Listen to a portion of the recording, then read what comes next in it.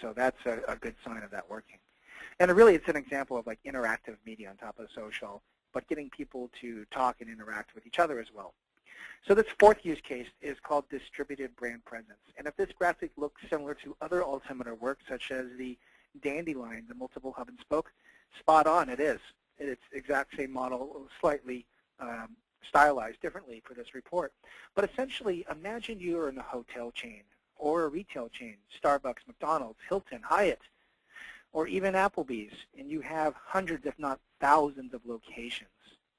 Or even a global consumer beauty brand, such as L'Oreal or any type of company that's selling consumer electronics where the products might be localized by country.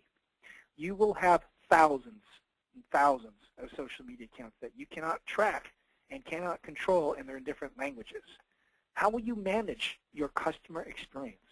And this is a challenge that this use case, which we think is the most challenging one, is distributed brand presence. And the requirements in the software that we segmented were that they can manage a large number of users, and we looked at questions around IT scaling and how they structure their company, cascading permissions, how many levels can you go, as well as how many multiple social networks across the global perspective. There's more social networks beyond Facebook, by the way. And the number of language capabilities they have, both with the admin tools as well as the content that can be published through their system. So we're trying to think at a local level, but around the globe, yet at the enterprise level. So there's a lot of considerations factored in. And by the way, all of these requirements that I talked about are just the high level. There's more that go into the weighting system because there's over 100 criteria per vendor.